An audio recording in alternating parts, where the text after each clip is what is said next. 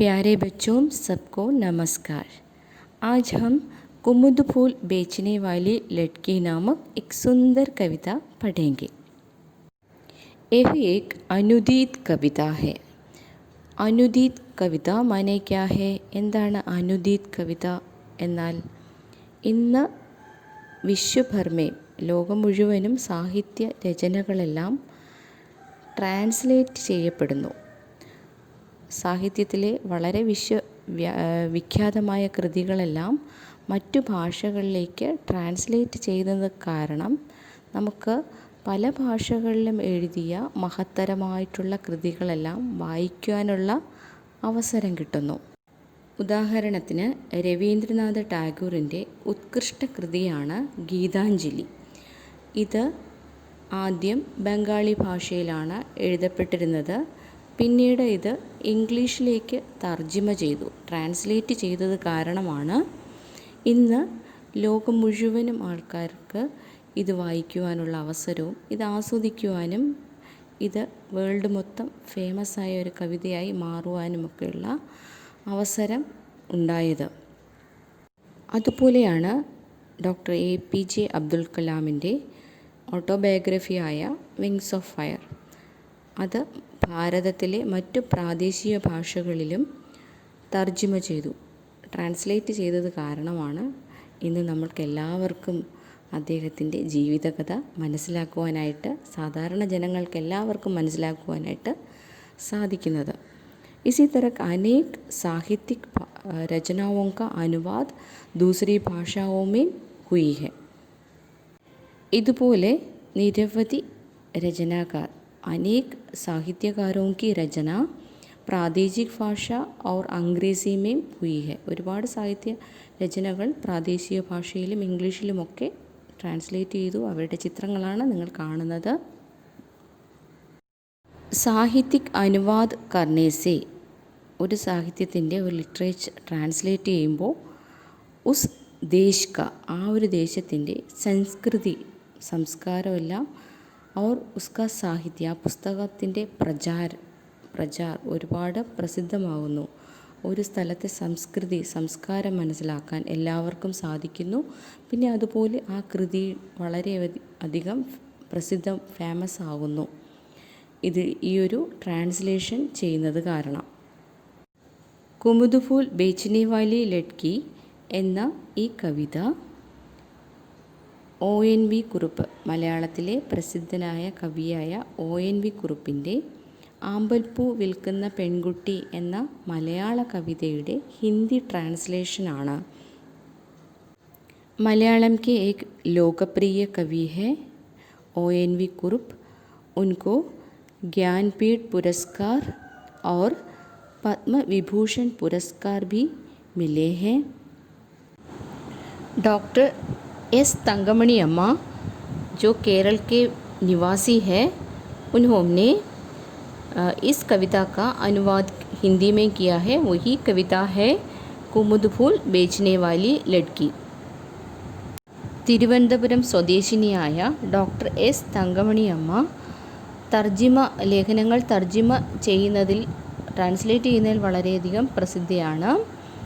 അപ്പോൾ doctor S Thankamani അമ്മ ONV കുറുപ്പിൻ്റെ ആമ്പൽപ്പൂ വിൽക്കുന്ന പെൺകുട്ടി എന്ന കവിത തർജിമ ചെയ്തതാണ്. कुमुद फूल बेचने वाली लड़की. अब हम एक कविता पढ़ेंगे और कविता पढ़कर आस्वादन कीजिए. കവി ഒരിക്കൽ ഗോവയിലെ ഒരു പ്രസിദ്ധമായ ശ്രീ മങ്കേഷ് എന്ന് പറയുന്ന ഒരു അമ്പലത്തിൽ പോയി. ഗോവയിലെ പ്രസിദ്ധമായ ഒരമ്പലത്തിൽ പോയി. അവിടെ നടന്ന ഒരു സംഭവത്തെ അതിനെ അടിസ്ഥാനമാക്കിയാണ് ഈ കവിത എഴുതിയിട്ടുള്ളത്. कवि एक बार गोवा के एक प्रसिद्ध श्री मंगेश मंदिर में गए थे. वहाँ के एक घटना के आधार पर ही यह कविता लिखी गई है. तो कविता का आस्वादन कीजिए. पुराना देवालय, उसके निकट है कुमुद सरोवर. रास्ते में पूजा द्रव्य बेचने वालों के कितने ही दल. ദേവാലയ് എന്നാൽ മന്ദിർ, അമ്പലം. കുമുദ് സരോവർ ക മത്ലബ് ഹെ ആമ്പൽ കുളം. ആമ്പൽ കുളത്തിനെയാണ് കുമുദ് സരോവർ എന്ന് പറയുന്നത്. പൂജാദ്രവ്യ, അതായത് അമ്പലത്തിൽ പൂജിക്കുന്ന സാധനങ്ങളെയാണ് പൂജാദ്രവ്യ, പൂജാ സാധനങ്ങൾ. ദൽ എന്നാൽ കൂട്ടം, സമൂഹ്. കവി ഏക് ബാർ ഗോവ കെ പ്രസിദ്ധ ശ്രീ മംഗേഷ് മന്ദിർ ഗേ. കവി ഒരു പ്രാവശ്യം ഗോവയിലെ പ്രസിദ്ധമായ ശ്രീ മംഗേഷ് മന്ദിറിൽ പോയി. അതൊരു പുരാനാ ദേവാലയമാണ്. പുരാനാ ദേവാലയം വളരെ ഒരു പഴയ അമ്പലമാണ്, പഴയ ഒരു മന്ദിർ ആണ്. ഉസ്കെ നിക്കഡ് ഹേ കുമുദ് സരോവർ. നിക്കഡ് എന്ന് പറഞ്ഞാൽ പാസ്. ആ ഒരു മന്ദിർ കെ നിക്കഡ്, മന്ദിർ കെ പാസ് ഹേ, അമ്പലത്തിന് അടുത്താണ് കുമുദ് സരോവർ ഉन्होंने देखा. അതായത് ആമ്പൽക്കുളം അദ്ദേഹം കണ്ടു. മന്ദിർ കോ ജാനെ വാലെ രാസ്തേമേ, അതായത് അമ്പലത്തിൽ പോകുന്ന വഴിയിൽ ആൾക്കാർ പൂജാദ്രവ്യ ബേച്ചനെ വാലെ കൈ ദലോങ്കോ ദേഖ. പൂജാ സാധനങ്ങൾ വിൽക്കുന്ന ഒരുപാട് കൂട്ടങ്ങളെ കണ്ടു. നമ്മൾ വലിയ പ്രസിദ്ധമായ അമ്പലങ്ങളിലൊക്കെ പോകുമ്പോൾ അമ്പലം എത്തുന്നതിന് മുന്നേ വഴിയരികിൽ ഒരുപാട് പൂജാ സാധനങ്ങൾ, അതായത് പൂവ്, പൂക്കൾ, വിളക്ക്, അങ്ങനെയൊക്കെയുള്ള ഒരുപാട് പൂജാ സാധനങ്ങൾ വിൽക്കുന്ന ഓരോ കൂട്ടങ്ങൾ, ഓരോ സമൂഹം, ഓരോ ഗ്യാങ്ങായിട്ട് അദ്ദേഹം കണ്ടു. ഇധർ ഇഷ്ടദേവ് കാ ഇഷ്ട നൈവേദ്യ ഹെ കുമുദ് ഫൂൽ. മാർഗദർശി ജൂം യോം कहकर किसी कोने में मृद जल सांब जोम लटके लंबे ठंडलों के चोरों पर खिले श्वेत कुमुद फूल बेचने वालियाँ. നൈവേദ്യ എന്നാൽ നമ്മൾ അമ്പലത്തിൽ ദൈവത്തിന് വേണ്ടി, ഈശ്വരന് വേണ്ടി അർപ്പിക്കുന്ന വസ്തുവിനെയാണ് നൈവേദ്യം, പൂക്കൾ പോലെയുള്ള വസ്തുവിനെയാണ് നൈവേദ്യം എന്ന് ഉദ്ദേശിക്കുന്നത്. മാർഗദർശി എന്നാൽ ഗൈഡ്, വഴികാട്ടി. മൃത് ജൽ സാമ്പ് എന്നാൽ മൃത് എന്ന് പറഞ്ഞാൽ മരിച്ച, ചത്ത, ജലത്തിലുള്ള പാമ്പ്. സാമ്പ് എന്ന് പറഞ്ഞാൽ സ്നേക്ക്, പാമ്പ്. ജലത്തിലുള്ള ചത്ത പാമ്പിനെ പോലെ. ഡണ്ടൽ എന്നാൽ പൂവിൻ്റെ തണ്ടിനെയാണ് ഡണ്ടൽ. ലടുക്കെ ലംബെ ഡണ്ടൽ എന്നാൽ തൂങ്ങിക്കിടക്കുന്ന നീളമുള്ള തണ്ട്. ചോരോം എന്നാൽ അറ്റത്ത്, എഡ്ജ്. ഖിലെ എന്ന് പറഞ്ഞാൽ വിരിഞ്ഞു നിൽക്കുന്ന. അമ്പലത്തിലേക്ക് പോകുന്ന വഴിയരികിൽ നിരവധി പൂജാദ്രവ്യങ്ങൾ വിൽക്കുന്നവരെ പറ്റി നമ്മൾ പറഞ്ഞു. അപ്പോൾ അതിൽ ഉന്മേസെ ബഹുത് അധിക് ലഡ്കിയാം ഭീ ഥേ. കുമുദ് ഫൂൽ ബേച്ചനെ വാലി കുച്ച് ലഡ്കിയാം ഭീ ഥി. ആമ്പൽപ്പൂൽ വിൽക്കുന്ന കുറേ പെൺകുട്ടികളും ഉണ്ടായിരുന്നു. അതിൽ വേ മാർഗദർശി കെ സമാൻ കോനെ മേ പടി കഹ രഹി ഥി കി ഉസ് മന്ദിർ കെ ഇഷ്ടദേവ് കാ ഇഷ്ട നൈവേദ്യ കുമുദ് ഫൂൽ ഹെ. ഇവർ ഈ വഴിയരികിൽ കുറേ പെൺകുട്ടികൾ ആമ്പൽപ്പൂ വിൽക്കാൻ നിൽക്കുന്നു എന്ന് പറഞ്ഞിരുന്നല്ലോ. അവർ ഈ വരുന്ന ടൂറിസ്റ്റുകളോട് പറയുകയാണ്, ഒരു മാർഗദർശിയെ പോലെ, ഒരു ഗൈഡിനെ പോലെ അവർ പറയുന്നുണ്ടായിരുന്നു, ഈ അമ്പലത്തിലെ, ഈ മന്ദിറിലെ ഇഷ്ടദേവൻ്റെ ഇഷ്ട നൈവേദ്യമാണ് കുമുദ് ഫൂൽ. ഈ അമ്പലത്തിലെ ഇഷ്ടദേവൻ എന്ന് പറഞ്ഞാൽ അവിടെ ആരാധിക്കുന്ന ആ ഒരു ദൈവത്തിൻ്റെ ഇഷ്ട നൈവേദ്യമാണ് ഈ കുമുദ് ഫൂൽ. കുമുദ് ഫൂൽ അർപ്പിക്കുകയാണെങ്കിൽ നമ്മൾ വിചാരിക്കുന്ന കാര്യം സാധിക്കും, പ്രാർത്ഥിക്കുന്നത് സാധിക്കും എന്നുള്ള ഒരു വിശ്വാസം. അങ്ങനെ ഈ പെൺകുട്ടികൾ ഈ കോനേമേം ഖടി എന്ന് പറഞ്ഞാൽ ഒരു മൂലയിൽ നിന്ന്, ഒരറ്റത്ത് നിന്ന് അവരിങ്ങനെ പറയുന്നുണ്ടായിരുന്നു. മൃദജൽ സാമ്പ് ജോം, അതായത് ഇവിടെ കുമുദ് ഫൂലിൻ്റെ ആമ്പൽപ്പൂ നിങ്ങൾ കണ്ടിട്ടുണ്ടല്ലോ. ആമ്പൽപ്പൂവിൻ്റെ തണ്ടില്ലേ, നീണ്ടിങ്ങനെ തൂങ്ങിക്കിടക്കുന്ന ആ തണ്ട് കണ്ടപ്പോൾ കവിയുടെ ഒരു ഉപമയാണ് ജലത്തിലുള്ള ചത്ത പാമ്പിനെ പോലെ. അതെ, ആ തണ്ടിനെ ഉപയോഗിച്ചിരിക്കുന്നത് ടണ്ടൽ കാ ഉപമ ജലത്തിലുള്ള ചത്ത പാമ്പിനെ പോലെ. ലടുക്കെ എന്ന് പറഞ്ഞാൽ തൂങ്ങിക്കിടക്കുന്ന നീളമുള്ള തണ്ടുള്ള.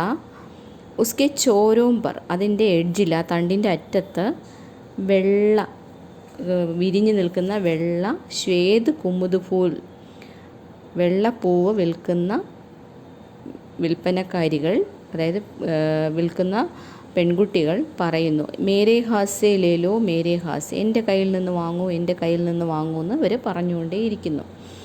മേരെ സമ്മുഖ് ആക്കർ ബോലി കോയി ലഡ്കി മുർച്ചായെ ഫൂൽ കി ഡണ്ടൽ ജോം. മേരെ സമ്മുഖ് എന്ന് പറഞ്ഞാൽ എൻ്റെ മുന്നിൽ, മേരെ സാമനെ, ഒരു കവിയുടെ മുന്നിൽ ഒരു പെൺകുട്ടി വന്നു പറയാൻ തുടങ്ങി. കവിയുടെ ശ്രദ്ധ ആ കുട്ടിയിലോട്ടായി. എക് മൂർച്ചായെ ഹുവേ ഡണ്ടൽ ജൈസെ എന്ന് ജോം, അതായത് ആ കുട്ടിയെ കാണാൻ ഒരു വാടിയ പൂവിൻ്റെ തണ്ട് പോലെ തോന്നി. അതായത് അത്രയ്ക്ക് മെലിഞ്ഞ, ദുബിലി പതിലീതി, അതായത് അത്രയ്ക്ക് മെലിഞ്ഞുണങ്ങിയ ഒരു കുട്ടിയായിരുന്നു. ഒരു വാടിയ പൂവിൻ്റെ തണ്ട് പോലെ ഉള്ള ഒരു കുട്ടിയെ കവി ശ്രദ്ധിച്ചു. ആ കുട്ടി കവിയുടെ മുന്നിൽ വന്ന് പറഞ്ഞു, എൻ്റെ കയ്യിൽ നിന്ന് വാങ്ങൂ, എൻ്റെ കയ്യിൽ നിന്ന് വാങ്ങൂ. ദീന സ്വരമേ പ്രാർത്ഥന കർത്തി ഉസ്കെ ഹാത്തോമേ രഖ് ദിയ മേനെ എക് ഛോട്ടാ സിക്ക ഫൂൽ കാ ദാം. വളരെ കരുണയാർന്ന സ്വരത്തോടുകൂടി, ദീനസ്വരം എന്ന് പറഞ്ഞാൽ വളരെ ദയനീയമായി, നമുക്ക് വളരെ പാവം തോന്നിക്കുന്ന, സഹതാപം തോന്നിക്കുന്ന അവൾ പ്രാർത്ഥന കർത്തി, അതായത് അപേക്ഷിക്കുകയാണ്, എൻ്റെ കയ്യിൽ നിന്ന് വാങ്ങൂ, എൻ്റെ കയ്യിൽ നിന്ന് വാങ്ങൂ എന്ന് അവൾ വളരെയധികം അപേക്ഷിക്കുകയാണ് കവിയോട്. മേനെ എക് ഛോട്ടാ സിക്ക, ഞാനൊരു ചെറിയ നാണയം, ഫൂൽ കാ ദാം, ദാം എന്ന് പറഞ്ഞാൽ വില, പൂവിൻ്റെ വിലയായിട്ട് അവളുടെ കയ്യിൽ ഒരു നാണയം അദ്ദേഹം കവി വെച്ചു കൊടുത്തു. മേരി ഓർ ബഢാത്തെ ഫൂൽ ഔർ ഉസ്കെ മുഖ്ഡെ ദോനോ കോ ദേഖാ മേനെ. അപ്പോൾ കവിയുടെ ശ്രദ്ധ പെട്ടെന്ന് അവളുടെ മുഖത്തേക്ക് നോക്കി. പെട്ടെന്ന് അവളുടെ തൻ്റെ മുന്നിലെ വളരെ കരുണയോടുകൂടി, സഹതാപത്തോടുകൂടി പറയുന്ന ആ പെൺകുട്ടിയുടെ മുഖത്തേക്ക് കവി ശ്രദ്ധിച്ചു. മേരി ഓർ ബഢാത്തെ, എൻ്റെ മുന്നിലേക്ക് നീട്ടിയ, ബഢാനാന് നീട്ടിയ ആ പൂവും അവളുടെ മുഖവും കവി, മുഖടെ എന്ന് പറഞ്ഞാൽ മുഖവും ഒന്ന് ശ്രദ്ധിച്ചു. ഹായ് മൂർച്ചാരഹേ, കവിക്ക് സങ്കടം തോന്നി. രണ്ടും വാടിയതാണ്. ദോ സുരമ്യ സുകോമൾ രൂപ്, രണ്ട് ഭംഗിയുള്ള കോമളത്വമുള്ള സുന്ദരമായ രണ്ട് രൂപവും വാടി തളർന്നിരിക്കുന്നു. അവളുടെ പൂക്കളും വാടിയതായിരുന്നു. മുർച്ചാനാഞ്ഞ വാടുക എന്നത് എൻ്റെ അർത്ഥം എന്ന് പറഞ്ഞാൽ കയ്യിലുള്ള പൂക്കളും വാടിയ പൂക്കളായിരുന്നു. ആ മുഖം വാടിയത് എന്ന് പറഞ്ഞ് ഉദ്ദേശിക്കുന്നത് ക്ഷീണിച്ച്, വിശപ്പ് കൊണ്ട് ക്ഷീണിച്ച് തളർന്ന മുഖമായിരുന്നു എന്നാണ് ഈ വരികൾ കൊണ്ട് ഉദ്ദേശിക്കുന്നത്. ഹേ ഫൂൽ തു അന്ന ഹേ ഇസ് ചോട്ടി ബഹൻ കെ ലിയേ, इससे बढ़कर पुण्य भला क्या है, तुझे चढ़ाकर भला अब क्या पाऊँ मैं. അല്ലയോ പൂവേ, നീ ഈ ചെറിയ പെൺകുട്ടിയുടെ, ചോട്ടി ബഹൻ, ഈ ചെറിയ സഹോദരിയുടെ അന്നമാണ്. കവിക്ക് തോന്നുന്നത് അല്ലയോ പൂവ് കുട്ടിയുടെ അന്നമാണ് എന്ന് പറഞ്ഞാൽ എന്താണ്? ഉപജീവന മാർഗമാണ്. ഇപ്പം നമ്മൾ പറയുമല്ലോ, ഇതെൻ്റെ അധ്യാപനം എന്ന് പറയുന്നത് എൻ്റെ അന്നമാണ് എന്ന് പറഞ്ഞാൽ ഈ പൂ വിറ്റ് കിട്ടുന്ന പൈസ കൊണ്ടാണ് ആ കുട്ടി വിശപ്പടക്കുന്നത്. അതുകൊണ്ടാണ് കവി പറയുന്നത്, അല്ലയോ പൂവേ, ആമ്പൽ പൂവേ, നീ ഈ കുട്ടിയുടെ, ഈ പാവപ്പെട്ട, ഈ വിശന്ന് തളർന്നിരിക്കുന്ന ഈ കുട്ടിയുടെ അന്നമാണ്.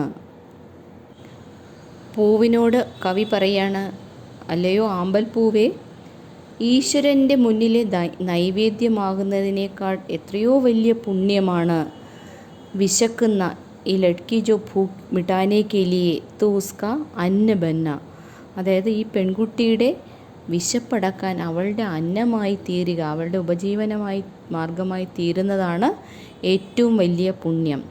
ഈശ്വരൻ്റെ മുന്നിലെ നൈവേദ്യമാകുന്നതിനെക്കാട്ടിയും ഏറ്റവും വലിയ പുണ്യം എന്ന് പറയുന്നത് ഈ പൈസ ഞാൻ ആ കുട്ടിക്ക് വിലയായിട്ട് ഞാനൊരു കോയിൻ കൊടുത്തല്ലോ, ആ കാശിന് ആ കുഞ്ഞ് തൻ്റെ വിശപ്പടക്കുവാനായിട്ട് അതിനെ സഹായിക്കുന്നതാണ് ഏറ്റവും വലിയ പുണ്യം എന്ന് കുമുദ് ഫൂലിൻ്റെ ഇതിൽ ഒരു വലിയൊരു ഫിലോസഫി കവി പറയുന്നു. ഖാലി ഹാത്ത് ആകെ ബഡ് ജാത്താ ഹൂ മേ. അപ്പോൾ കവി ആ പൂക്കൾ വാങ്ങാതെ ഖാലി ഹാത്ത് എന്ന് പറഞ്ഞാൽ ഒഴിഞ്ഞ കൈയോടെ മുന്നിലേക്ക് പോകാൻ തുടങ്ങി. ആ പൂവിൻ്റെ പൈസ ആ കുട്ടിക്ക് ഭക്ഷണം കഴിക്കാനുള്ള പൈസ കൊടുത്തിട്ട് പൂ വാങ്ങാതെ കവി മുന്നിലേക്ക് പോയി. മേരെ ഹാത്ത് സെ എന്ന കദീൻസ് ഓർ ധീമ ഹോത്ത ജാത്ത ഹെ. എൻ്റെ കയ്യിൽ നിന്നുള്ള ആ കരുണയാർന്ന സ്വരം വളരെ പതുക്കെയായിക്കൊണ്ടേയിരുന്നു. കവി മുന്നിലേക്ക് പോയി. നമ്മുടെ ചുറ്റിലും ഒരു നേരത്തെ ഭക്ഷണത്തിന് വേണ്ടി കഷ്ടപ്പെടുന്നവർ കുറേ പേരുണ്ട്. അപ്പോൾ ഏറ്റവും വലിയ ദൈവത്തിൽ നിന്ന് കിട്ടുന്ന നമ്മൾക്ക് ഏറ്റവും വലിയൊരു പുണ്യമാണ് ശരിക്കും ഇവർക്ക് ഒരു നേരത്തെ ഭക്ഷണം നൽകുക എന്നുള്ളത്. കവി അതുകൊണ്ട് കുമുദുപൂലിൻ്റെ ഏറ്റവും വലിയൊരു പുണ്യം എന്ന് പറയുന്നത്, കവി ഏറ്റവും പുണ്യമായി കണ്ടത് ആ വലിയൊരു അമ്പലത്തിൽ ഗോവയിൽ പോയപ്പോൾ ഏറ്റവും വലിയ പുണ്യമായി കണ്ടത് ആ കുമുദുപൂൽ വാങ്ങി ദൈവത്തിൻ്റെ മുന്നിൽ അർപ്പിക്കുന്നതിനേക്കാൾ ഉപരി അത് വിൽക്കുവാനായിട്ട് എത്രയോ നേരം നിന്നിട്ടാണ് ആ പൂ വാടി തളർന്ന പൂവുമായി അവൾ നിൽക്കുന്നത്. ആ കുട്ടിക്ക് ഒരു നേരത്തെ ഭക്ഷണം കൊടുക്കുന്നതിനായിട്ടുള്ള പൈസ ആ കുട്ടിക്ക് കൊടുത്തതാണ് ഏറ്റവും വലിയ ദൈവത്തിൻ്റെ പുണ്യമായി കവി കരുതിയത്. ഇസ് കവിത മേ ഫൂൽ ബേച്ചനെ വാലി എക് ഗരീബ് ലഡ്കി കി ബേബസി കാ ചിത്രൺ ഹെ. ഒരു പൂ വിൽക്കുന്ന പെൺകുട്ടിയുടെ വിവശതയുടെ, ഇതിൽ പൂ വിൽക്കുന്ന ഒരു പെൺകുട്ടിയുടെ ബേബസി എന്നാൽ വിവശതയുടെ, ഭക്ഷണത്തിന് വേണ്ടി ഒരു നേരത്തെ ഭക്ഷണത്തിന് വേണ്ടിയിട്ടുള്ള ആ ഒരു വിവശതയുടെ ചിത്രണമാണ് ഇതിൽ വളരെ ഭംഗിയായിട്ട് ONV കുറുപ്പ് അവതരിപ്പിച്ചിട്ടുള്ളത്. അതിൻ്റെ ട്രാൻസ്ലേഷൻ ചെയ്തത് വിഖ്യാതയായിട്ടുള്ള അനുവാദിക ട്രാൻസ്ലേറ്ററായിട്ടുള്ള ലേഖികയാണ് ഡോക്ടർ തങ്കമണി അമ്മ. കവിത എല്ലാവർക്കും ഇഷ്ടപ്പെട്ട് കാണും എന്ന് വിചാരിക്കുന്നു. സബ്കോ ധന്യവാദ്.